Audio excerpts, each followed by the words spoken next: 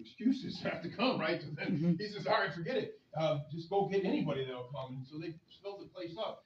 And it was kind of interesting to me as I read through this. There's so many things that I went through. I don't want to get. Um, it was interesting to me that so all these people came, and there was one that what happened to him? Does anybody know the story at all? Yeah, they dragged him out of there. Right, he wasn't dressed correctly, And God says, hey, I want everybody to come, but there's going to be a requirement, all right? There is some requirements. There's some things that we're going to be asked to do that Jesus he's laid out. He said, this is how it's going to be. And if we can think we can come to the house of God and just do whatever we want to do and however we want to do it in whatever way, God's the ultimate authority there, and he's going to he showed us exactly how we're supposed to worship, how we're supposed to love him, what we're supposed to be like. And he ends that thing, and he ends that little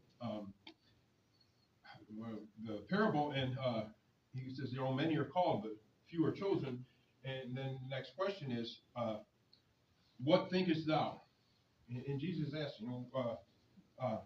no, they ask him, the Pharisees are trying to set him up again, and they said, who do you pay tribute to?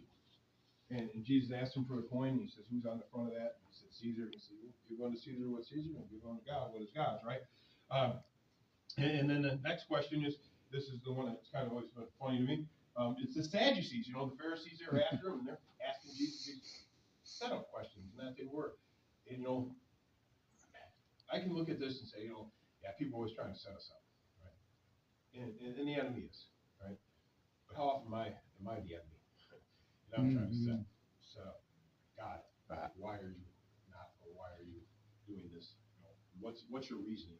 And God doesn't have to give me any reason for anything that he does. I'm kind of a fool like that. But the Sadducees, they come in, and they think they're funny because they don't believe in the resurrection, right? So they give this way out illustration. They say, hey, there's this woman, and she's married to this man, and the man dies. So the next brother, he marries her, and then he dies.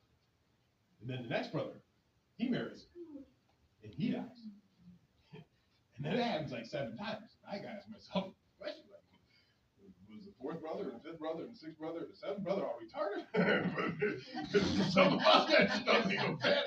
I mean, you have 3 of my brothers already married you, and they all died. I don't know if I'm going to marry you or not. I just got thinking that doesn't even make sense to me. But anyway, hey, that's Joe's thinking, right? But they don't really believe in the resurrection anyway, and so they're asking questions on something they don't even believe in. Right. And we need to be careful.